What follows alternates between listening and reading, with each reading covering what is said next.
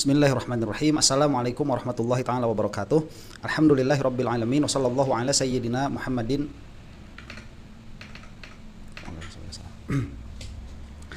Bismillahirrahmanirrahim. Assalamualaikum warahmatullahi taala wabarakatuh. Alhamdulillahirabbil alamin.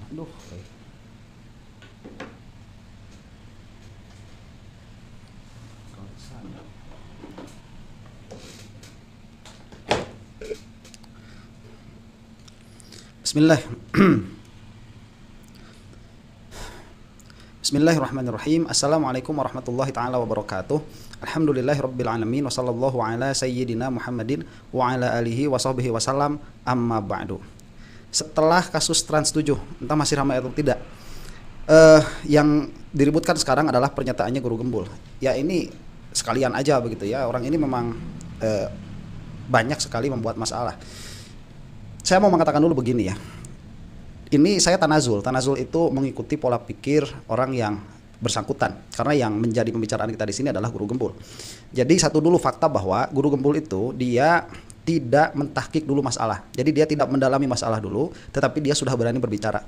Dan itu terbukti saat Guru Gembul ini kalah debat sama Ustadz Burudin. Itu terbukti. Kemudian yang kedua, dia itu tidak memiliki perspektif yang ajeg tatkala melihat satu perkara. Jadi dia itu melihat perspektifnya adalah pemahaman yang bersangkutan. Pemahaman Guru Gembul itu sendiri. Jadi dia punya pemahaman, kemudian pemahamannya itu dia pakai secara membabi buta untuk menghukumi perkara-perkara yang ada, termasuk di dalamnya adalah pesantren.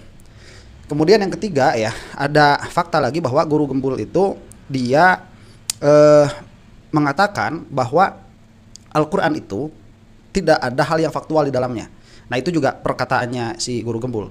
Dari pola pikir dia yang seperti ini, maka saya tanazul, saya ikut pola pikir dia dalam pengertian ya sudah, saya juga mengikuti bagaimana cara dia berpikir, yaitu seenaknya menghukumi orang lain, kemudian dia menghukumi dengan perspektif dirinya sendiri, kemudian dia itu tidak memiliki patokan di dalam berbicara sehingga mengatakan Al-Quran yang mana seharusnya itu diyakini sebagai seorang mukmin, semua yang ada di dalamnya adalah fakta, berarti faktual, tetapi dia mengatakan itu tidak faktual, maka saya mengatakan Guru Gembul ini adalah seorang kafir. Dan seseorang yang kafir itu dia tidak bisa mengkritiki agama yang lain dari perspektif apa yang dia miliki, tidak dengan perspektif teologi agama yang ada di dalam agama yang dikritiki pada negara demokrasi begitu ya. Itu tidak boleh, karena itu akan menyebabkan perpecahan. Jadi si kafir ini si Guru Gembul, dia itu sudah melecehkan pertama Islam, kedua pesantren, ketiga santri. Dan itu terlihat dari apa yang dibicarakan di dalam podcastnya yang akhirnya menjadi ramai begitu. Nah, saya tidak berbicara sebagai seorang mufti, ya. Saya juga tidak berbicara tentang sebagai seorang faqih, tetapi saya berbicara tentang tanazul saja. Nah, kemudian yang menjadi masalah kalau kita lihat di dalam kolom komentarnya videonya Guru Gembul, di sana juga kita akan melihat banyak sekali orang-orang itu yang pada akhirnya mendukung apa yang dikatakan sehingga ikut nalar sesatnya Guru Gembul, dalam pengertian akhirnya ikut-ikutan kafir juga. Itu yang terlihat di dalam kolom komentarnya. Nah, kemudian kalau kita melihat kepada substansi permasalahan yang dipermasalahkan oleh Guru Gembul, kita juga bisa bukan berdiskusi lah, kita bisa membantah apa yang dikatakan Guru Gembul, malah kita bisa menunjukkan di mana letak kebodohan dan ketidakfahaman yang bersangkutan. Kemarin kita sudah membahas 1 dari 10 yang akan disebutkan oleh Guru Gembul mengenai kritiknya terhadap santri begitu. Yang mana saya katakan sekali lagi, orang kafir ini sebetulnya tidak memiliki hak untuk berbicara tentang santri dan pesantren sama sekali, karena dia kafir begitu. Kecuali kalau dia itu membuktikan bahwa dirinya itu tidak kafir. Bagaimana membuktikan bahwa dirinya itu tidak kafir? Membuktikan dirinya tidak kafir, maka dia itu harus masuk ke dalam perspektif muslim tatkala melihat sesuatu, yaitu melihat dengan hukum misalkan, kemudian ilzam bahwa Al-Quran itu benar dan lain sebagainya. Nanti dari situ kita akan bisa berbincang dalam perspektif keislaman. Misalkan tatkala seseorang itu katakanlah mencium kaki gurunya, kita akan bisa mendatangkan dalil-dalil di situ bahwa mencium kaki itu dalilnya demikian dan demikian, karena itu ada dalilnya, ada landasannya, dan itu bisa membuat Guru Gembul terdiam karena dia seorang muslim yang mana dia itu mengikuti Al-Quran dan hadis, yang mana Al-Quran dan hadis pada diri seorang muslim seharusnya adalah sebuah qoti', sebuah perkara yang memutuskan begitu suatu permasalahan atau perdebatan. Lah kalau Quran dan hadis sudah tidak diterima, kemudian malah memakai perspektif-perspektif yang tidak diakui oleh syariat, kemudian yang bersangkutan ini mengaku sebagai seorang muslim, ini sudah tidak bisa ditolerir begitu ya. Nah, Yang mana pada akhirnya nanti kita juga akan bertanya kemana para santri begitu terhadap Guru Gembul, karena yang dilakukan oleh Trans 7 itu tidak seberapa daripada apa yang dilakukan oleh Guru Gembul. Kita akan simak dulu ya yang dikatakan oleh yang bersangkutan ini mengenai kritiknya terhadap santri. Kemarin dia mengatakan bahwa yang namanya santri itu tidak memiliki kemampuan abstraksi begitu. Kemampuan abstraksi santri itu rendah, dan Guru Gem ini mengatakan kata mereka. Nah, mereka itu kemana refernya? Ke santri begitu. Dan saya sudah mengatakan itu salah. Kalau si Guru Gem ini memang maunya berdiskusi, bukan hanya memberikan narasi dan bukan hanya menginginkan pembicaraan-pembicaraan yang akhirnya membuat masyarakat marah, ya seharusnya si Gurgem ini dia mau untuk berdiskusi begitu. Dan saya sudah menantang itu. Kita lanjutkan dulu ya. Jadi abstraksi mereka itu rendah sekali. Mereka itu tidak inti, mereka tidak bisa melihat makna. Mereka hanya melihat sesuatu yang berbasis teknis. Dilarang rokok, cari dalilnya. Dilarang buang sampah sembarangan, cari dalilnya. Bukan itu sesederhana. Kenapa sih mereka nggak cukup ya udah bersihin aja sampahnya biar nggak terlihat jelek di muka orang gitu. Nah itu yang saya katakan, Guru Gembul itu kafir. Yang dikasih dalil bukannya diterima begitu. Setelah itu nanti kamu cari argumen yang lain. Sederhana itu, tapi mereka nggak kepikiran. Demi apa? Demi menyelamatkan egonya, demi tidak mau memperbaiki diri, demi tidak mau introspeksi diri. Jadi terus-terusan aja seperti itu. Nah, gimana santri-santri di Indonesia mau maju kalau memang setiap ada yang mengkritik, setiap ada yang memberikan masukan, selalu ditanggapi dengan kamu orang mana? Kalau dari golongan saya mungkin saya pertimbangkan, tapi kalau di luar pesantren, di luar dari golongan kami dan sebagainya, ngaji dulu sana, belajar dulu sana. Itu yang mereka katakan kan. Nah, ini adalah kelemahan yang pertama dan menjadi sangat fatal. Ya iya, kamu kalau mau mengkritik seorang ahli ekonomi, dilihat dari segi keahliannya sebagai ahli ekonomi, maka kamu harus belajar dulu ekonomi. Kalau kamu mau mengkritik seorang fisikawan, dilihat dari segi dia adalah seorang fisikawan dan apa yang dikatakan olehnya dari segi dia itu adalah seorang fisikawan, maka kamu harus belajar dulu fisika. Karena itu akan ilzam, itu akan memutus. Nggak bisa kamu itu membicarakan suatu perkara dengan suka dan tidak suka kemudian memiliki perspektif yang lain. Karena kalau misalkan mengikuti apa yang dikatakan oleh Guru Gembul, pada akhirnya hilanglah kesantrian itu sendiri. Itu yang jadi permasalahan. Kalau misalkan sekarang ya seorang santri itu dikritik, misalkan tatkala, saya bukan berarti setuju dengan merokok di depan umum begitu ya, tatkala mengatakan kamu itu tidak boleh merokok di depan umum, kemudian santri itu mengatakan loh, merokok di depan umum itu tidak menjadi masalah karena itu adalah hak asasi manusia misalkan. Justru kalau misalkan saya yang pertama kali ngerokok di situ, harusnya orang nggak mendekati saya. Kalau seperti itu cara menjawabnya, itu sudah kehilangan sudah kehilangan identitasnya sebagai seorang santri, karena seorang santri tidak demikian. Cara berpikirnya lah, kamu ngomong sama seorang santri, kemudian seorang santri ini mengeluarkan kesantriannya, lah kamu tidak terima. Terus mau kamu itu apa? Mau melenyapkan santri dari Indonesia begitu, itu mau kamu. Ini menjadi permasalahan yang mana ya kita wajar menjadi marah begitu terhadap apa yang dikatakan oleh si Gurgem ini. Tapi dipikir-pikir kenapa juga kalau misalkan mereka berdebat bukan pada ranah makna, tapi pada ranah teknis seperti yang tadi itu, ngerokok malah bawa dalil gitu. Nah ini saya katakan sekali lagi, apa bedanya makna sama lafad itu? Ayo kita ngobrol. Makna itu bahasa Arab loh ya, makna bahasa Arab diserap ke dalam bahasa Indonesia. Guru Gembul ini jangankan berbicara makna, faham makna dari makna itu, yang bersangkutan itu nggak paham. Kenapa mereka itu bawa masalah yang teknis gitu? Ya karena, saya mohon maaf, nah ini kelemahan pesantren yang kedua yang sama fatalnya, yaitu apa? Mereka justru tidak mengajarkan pola pikir dan kecerdasan nalar, mereka justru memusuhi itu. Jadi coba ya. Nah, coba ini yang saya katakan sebagai fitnah ya. Akhirnya begini, kalau misalkan apa yang dikatakan oleh Guru Gembul ini adalah suatu kebenaran, kita terima, nggak menjadi masalah. Kalau misalkan si Guru Gembul ini dengan seenaknya mengatakan, seenak udahnya si kafir ini mengatakan bahwa di di pesantren itu tidak mengajarkan pola pikir dan nalar kritis. Coba sekarang saya tanya, ya di Indonesia ini lembaga pendidikan mana yang masih mengajarkan logika murni itu? Ya, yang kita sebut di pesantren sebagai mantik. Mana itu? Kamu tanya ChatGPT, mantik itu logika murni, itu logik itu. Ya Barat itu ngambilnya dari Arab, mau gimana? Dan siapa yang mempelajari sekarang? Pesantren. Terus dikatakan secara global ya, dan apalagi di awal video si Gurgem ini mengatakan bahwa yang dia maksud pesantren di sini adalah pesantren NU. Coba saya tanya sekarang, pesantren mana yang mengajarkan logika murni? Bukan hanya soal matematika, logika matematika itu dia turunan dari logika murni. Mana yang mempelajari itu? Yang mengajarkan itu? Gak ada. Kemudian si Gurgem mengatakan pesantren tidak mengajarkan. Lah, itu kan sudah tidak sesuai dengan kenyataan. Begitu. Kemudian omongan ini seenaknya diucapkan. Gak tahu malu orang seperti ini. Ini benar atau tidak? Kalau misalkan Baraya melihat cara berpikir itu atau proses berpikir itu kan ada 6 level. Level yang pertama itu adalah menghafal. Level yang kedua adalah memahami. Level yang ketiga itu adalah mengaplikasikannya atau menerapkannya. Level yang keempat itu adalah menganalisis. Kemudian yang level kelima itu menyimpulkan, mengumpulkan, mensintesiskan. Dan yang level keenam itu adalah menciptakan atau mengkreasi. Begitu. Nah, dari level pertama yang paling bawah sampai yang paling tinggi itu diajarkan di semua lembaga-lembaga pendidikan kecuali beberapa atau banyak pesantren salaf di Indonesia. Jadi yang diajarkan itu hanya level berpikir satu, yaitu menghafal kata per kata. Jadi ulama ngomong seperti itu, kiai ngomong seperti itu, hafalkan kata per kata. Apa sih yang ngomongkan? Gak ada seperti itu. Kita menghafal matan, mutun itu dihafalkan, iya. Itu tahqiqul mutun. Di dalam tahqiqul mutun itu kita mempelajari matan, ya. Apakah berhenti di situ? Ya kalau kamu nyantrinya 3 tahun berhenti di situ. Tapi kalau kamu meneruskan, kamu masuk ke dalam apa? Ke dalam memahami. Ya, itu kalau misalkan kamu sudah tinggi, kemudian ada bahsul masail, di situ ada level creating.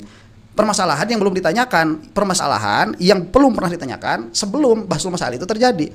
Maka itu ada creating hukum begitu. Itu sudah fitnah lagi, nggak sesuai lagi dengan kenyataan. Kalau ada bagian yang lebih tinggi daripada itu, misalkan menerapkan dalam kehidupan keseharian atau menganalisis atau menafsirkannya, itu kamu nggak boleh, kamu belum layak untuk menafsirkan ini. Nanti harus ada pembimbingnya, harus ada gurunya. Nanti kamu jangan dulu kritis soal ini, kamu kan nggak akan ngerti soal ini. Jadi yang diajarkan itu adalah level terendah dalam berpikir, yaitu apa? Menghafal. Jadi diajarkannya menghafal lagi. Pas bagian mau pemahaman di mana orang mulai bertanya mengapa, itu biasanya kamu harus levelnya segini dulu baru boleh bertanya yang seperti ini. Begitu kan? Nah, iya, karena itu ada metodologinya. Begini Guru Gem ya, kalau kamu masuk pesantren, di pesantren itu ada kelas-kelasnya dari mulai mubtadi sampai muntaha itu. Ada yang suka mengatakan sanawi, ada yang mengatakan ali, sama saja itu ya. Itu ada level-levelnya di pesantren. Permasalahannya begini, kalau kamu mau membicarakan tentang masalah agama itu harus difahami dengan metodologi tertentu. Dan tidak semua orang bisa mempertanyakan apa yang ingin ditanyakan kalau dia tidak memiliki metodologi itu. Itu di dalam agama tuh permasalahannya demikian. Sehingga kalau misalkan saya berspekulasi begitu ya, kalau si Guru Gem ini dia masuk pesantren, dia itu levelnya level apa? Level mubtadi, level awal. Dia harus belajar dulu wahumahum yaumahunna, itu harus dihafal dulu. Dia harus belajar dulu fa'ala yaf'alu fa'lan. Ini baru belajar fa'ala yaf'alu fa'lan udah mengatakan bahwa usul fikih itu bukan termasuk dari pelajaran agama, bukan termasuk ilmu agama. Ya apa orang seperti ini? Ya, dan saya kira ya, entah audiensnya si Guru Gem ini siapa. Ini kebodohan dan ketololan yang amat luar biasa. Audiensnya si Guru Gem ini siapa saya tidak tahu. Kalau audiensnya ini dia itu santri, ya saya rasa yang dikatakan oleh si Guru Gem ini hanya akan dianggap angin lalu begitu, karena memang tidak sesuai dengan apa yang terjadi di dalam pesantren itu sendiri. Nah, kalau yang menjadi audiensnya si Guru Gem ini adalah orang yang tidak mengenal pesantren sama sekali, seperti saya misalkan sebelum mengenal kultur Nahdlatul Ulama, kultur pesantren salaf yang bukan salafi itu, sebelum saya mengenal kultur itu, saya pun merasa jijik begitu, karena memang kelihatannya urakan, kampungan, kemudian kelihatannya itu tidak memiliki norma yang sama dengan norma yang terjadi di masyarakat. Itu yang kita lihat dari luar. Betul. Kalau itu, dan saya pun kalau tidak mengenal kultur pondok salaf dengan mata kepala saya sendiri, dan bukan hanya mengenal orang-orangnya berlaku bagaimana, tetapi mengenal apa yang diajarkan di dalamnya. Kalau saya tidak mengenal itu, maka saya pun akan berpikiran sama seperti Guru Gem.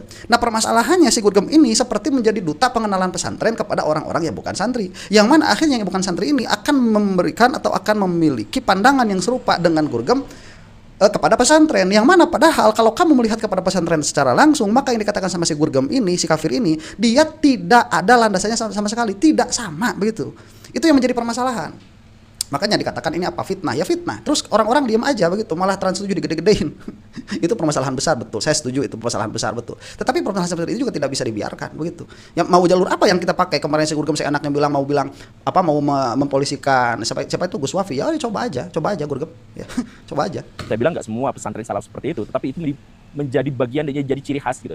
Dimana kalau misalkan ada pesantren, santri-santri duduk ngedengerin guru yang ngomong, bertanya aja harus izin, mohon maaf, saya mau bertanya. Itu pun jarang diberi kesempatan untuk seperti itu, kan biasanya sepihak aja. Nah, tapi kalau kata siapa? Oh, kita itu di pesantren biasa kok. Itu kata siapa seperti itu? Bertanya juga harus seperti itu gitu. Nah, karena level berpikirnya yang diajarkan itu adalah yang level terendah, menghafal, memahami, menafsirkan dan sebagainya, itu jauh. Nah, kan itu sudah salah dari awal, karena yang diajarkan di pesantren itu level terendah. Lah apa? Itu sudah salah. Itu kalau itu kita berdebat dulu di situ. Itu sudah salah. Kalau itu salah kemudian diteruskan cara berpikir, ya kesalahannya akan menimbulkan kesalahan-kesalahan yang lain di dalam kesimpulan. Sehingga mereka itu kalau beda pendapat dengan orang lain, mereka tuh langsung sewot gitu. Kan perbedaan pendapat di antara kita tuh biasa aja gitu, dan tidak harus menghasilkan permusuhan. Tetapi bagi mereka, karena mereka itu resisten, karena mereka itu sebelumnya tidak pernah beda pendapat, sama semuanya. Karena apa? Karena hafalan. Kalau hafalan teks per teks, kata per kata, ya semuanya sama. Kalau misalkan ada yang beda, hati-hati sesat, hati-hati, kan mereka mudah menghakimi. Hati sesat, jangan ikut pengajian itu, nanti kamu begini dan begitu dan sebagainya. Sebentar, Guru Gem ya, kamu itu kalau ngomong itu mulutnya itu bau kamu itu ya. Begini, jangan mengatakan para santri itu anti di dalam perbedaan pendapat begitu. Kita itu semenjak masuk di dalam mempelajari ilmu fikih, di sana kita mempelajari perbedaan pendapat. Cuman kamu harus tahu bahwa perbedaan pendapat itu ada yang mu'tabar, ada yang tidak. Di dalam hal agama itu ya, ada yang mu'tabar, ada yang tidak. Dalam pengertian, memang ini adalah perbedaan pendapat karena yang mengatakan sesuatu itu A dan yang mengatakan sesuatu itu bukan A, misalkan ini levelnya sama, adalah orang-orang yang layak untuk didengarkan. Maka itu adalah khilaf yang mu'tabar, itu adalah khilaf yang bisa kita anggap memang sebagai khilaf. Tapi begitu ya, kalau para ulama ijma mengatakan misalkan Al-Quran itu faktual, tapi orang tolol seperti kamu mengatakan bahwa tidak ada di dalam Al-Quran itu yang faktual, kemudian kita mau menganggap itu sebagai perbedaan pendapat. Itu bukan perbedaan pendapat, itu kebodohan. Malah dalam sebagian kasus itu bisa disebut sebagai pelecehan atau penghinaan. Itu yang harus kamu pahami. Ya, berpikir bebas itu bukan berpikir tanpa nilai. Berpikir bebas itu adalah kamu berpikir pada suatu nilai dan kamu melihat semua konsekuensi dari nilai itu. Itu berpikir bebas. Karena kalau berpikir bebas dimaknai dengan berpikir tanpa nilai, akhirnya kamu tidak berpikir. Sedari awal itu sudah tidak bisa dikatakan berpikir. Nah, akhirnya apa? Akhirnya si santri kalau misalkan mau melihat realitas harus nyari dalil dulu. Soal misalkan bagaimana menangani sampah, bagaimana global warming misalkan, bagaimana identitas feminisme dan lain sebagainya, mereka cari kitab yang lalu yang pernah mereka hafalkan gitu. Begitu kan? Bahkan ketika ada saya tuh ngomong misalkan ya. Sebentar, itu memang demikian adanya karena kita santri muslim, makanya saya katakan si guru ini kafir. Kita ini muslim, kita tidak akan bisa membaca suatu realitas baik itu feminisme atau global warming atau lain sebagainya kalau kita tidak melihat tolabnya Allah di situ. Karena kita itu mengetahui bahwa Allah itu memiliki kalam, yang mana kalamnya itu dia ta'aluk atau berhubungan dengan semua perbuatan mukallaf. Yang mana termasuk di dalamnya adalah mensikapi realita yang ada seperti feminisme dan lain sebagainya. Maka kita harus mencari dulu dalilnya. Lah terus kamu mau jadi apa? Apa arti dari kita bertuhan kepada Allah kalau kita tidak memakai aturan-aturannya Allah itu? Terus kamu sekarang mau berpendapat tentang feminisme, memakai pikiran kamu sendiri, memakai hawa nafsu sendiri. Itu namanya kamu bertuhan kepada diri kamu sendiri. Begitu. Itu saya katakan dari awal, si Gurgem ini sudah menganggap dirinya sebagai Tuhan. Ya, dalam makna yang sangat dalam, bukan berarti sembah saya dan sebagainya. Bukan seperti itu. Dalam makna yang sangat dalam karena dia tidak terikat oleh nilai apapun. Dan di dalam apa namanya mensikapi realita, dia itu tidak memakai nilai apapun kecuali pikirannya sendiri. Itu yang terjadi. Dan seperti itu sudah bertuhan namanya. Ya, makanya agama itu namanya ad-din. Kalau di dalam bahasa Arab itu ad-din itu al-mudayan, perkara yang diikuti. Nah, kalau yang diikuti itu hawa nafsu kamu sudah jadi Tuhan bagi diri kamu sendiri. Dan secara tidak sadar kamu juga memaksakan orang lain lewat kanal kamu. Untuk apa? Untuk menerima kamu sebagai Tuhan. Itu sudah lazim. Dari mana kelaziman itu terjadi? Dari kamu bukan tabayun, kamu tidak mendiskusikan dulu apa yang kamu hasilkan, apa yang kamu pikirkan mengenai dalam hal ini adalah santri dan pesantren, padahal masih banyak orang yang bisa diajak berdiskusi tentang apa yang kamu dapatkan mengenai pesantren dan santri itu. Aduh, kita terusin dulu ya. Kan saya tuh menyebarkan dalam tanda kutip kejahatan-kejahatan yang dilakukan oleh Ferdi Sambo misalkan. Nah, yang mereka katakan itu, tapi kan aib itu boleh disebarkan atas 6 hal. Ini saya kitabnya itu adalah dari sini gitu. Level berpikirnya tuh menghafal gitu. Jadi mereka nggak bisa menafsirkan sendiri untuk menciptakan gagasan pemikiran sendiri dan sebagainya. Sekalinya ada di level itu, mereka akan dianggap sesat. Enggak begitu. Kalau kamu sesat ya dalam perspektif santri, dalam perspektif Islam, kamu itu sesat, kafir kamu itu. Jadi begini, ini misalkan membicarakan tentang Sambo, kemudian santri itu mengatakan ini loh ada yang namanya aib itu bisa disebarkan dengan 1, 2, 3, 4, 5, 6. Dan siapa yang mengatakannya adalah ulama anu.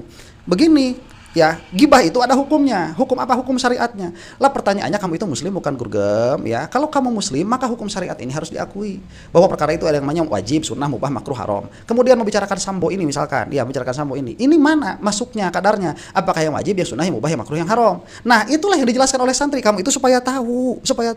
Lah kamu tidak memiliki pengetahuan, kemudian dikasih tahu sama santri bahwa yang namanya gibah itu hukumnya ada 5, yang contoh-contohnya itu A, B, C, D, F, G. Kemudian nanti kasus Sambo ini masuknya ke dalam gibah yang mana? Kamu malah mengatakan itu adalah level terendah di dalam belajar. Orang kayak gini mah disumpel, mulutnya harus disumpel pakai cendol. Bukan diajak diskusi orang kayak gini mah. Sekali diajak diskusi udah kalah dia mah tuh. Ya.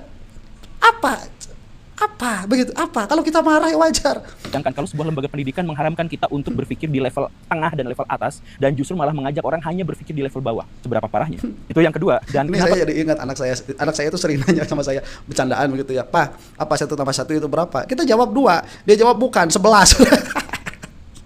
Itu yang kamu maksud apa? Kebebasan berpikir, Gurgem? Ya, nggak bisa. Duh.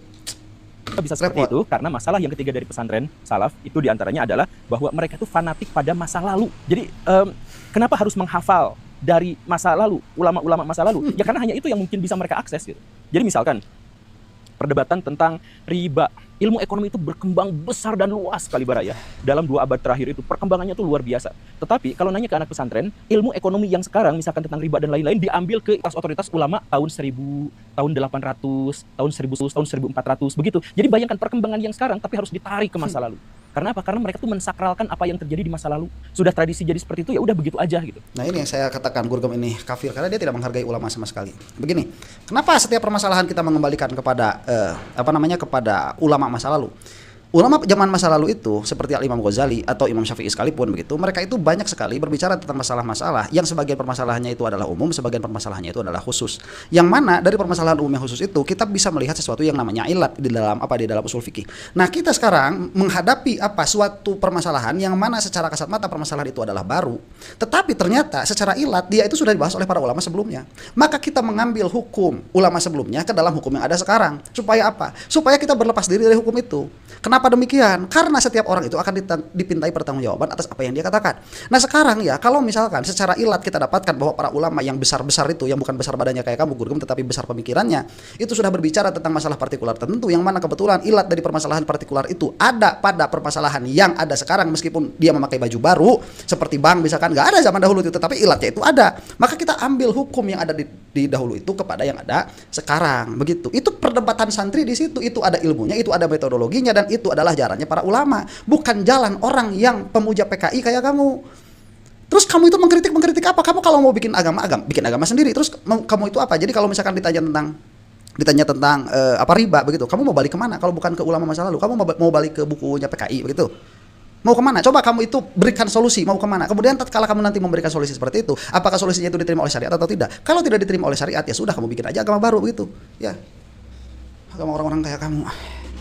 Ini sudah penghinaan terhadap suatu kultur ekosistem yang ada. Saya katakan sekali lagi, ya, ini sudah penghinaan terhadap satu kultur ekosistem yang ada. Dia itu tidak memiliki pemahaman sama sekali begitu. Tidak memiliki pemahaman sama sekali terhadap apa yang dia omongkan. Entah kemarin berbicara dengan Gus Ulil itu pada akhirnya bagaimana saya nggak tahu ya, saya nggak nonton itu. Makanya mereka itu selain berdebat pasti sumber dan referensinya itu berasal dari masa lalu dan tidak berani untuk bikin sendiri di zaman sekarang. Dan kemudian kamu jangan bikin dulu yang zaman sekarang ya, karena kan kamu tuh levelnya belum sampai ke situ, kamu belum jadi mujtahid, kamu belum mengerti soal istihad dan sebagainya, syaratnya kan harus kamu penuhi. Nah, kalau ulama zaman dulu itu syaratnya sudah terpenuhi gitu. Kan mereka itu nggak berpikir soal akumulasi pengetahuan orang-orang di zaman dulu itu justru terakumulasi di zaman sekarang, sehingga akses informasi dan pengetahuan orang zaman sekarang itu jauh lebih memadai daripada orang-orang zaman. Tolol. Penghinaan ini mah udah begini ya. Orang-orang zaman sekarang pengetahuannya itu adalah sudah terakumulasi dari pengetahuan orang-orang zaman dahulu. Nih, pengetahuan itu bukan informasi. Informasi orang zaman sekarang, betul, itu bisa jadi lebih banyak daripada informasi yang diterima oleh orang-orang zaman dahulu. Informasi loh, bukan ilmu. Itu beda permasalahannya. Informasi itu ada yang benar, ada yang tidak. Kalau ilmu itu dia pasti benar dalam dalam definisi kita begitu ya. Cuman ala kulli hal yang mau saya katakan itu seperti ini.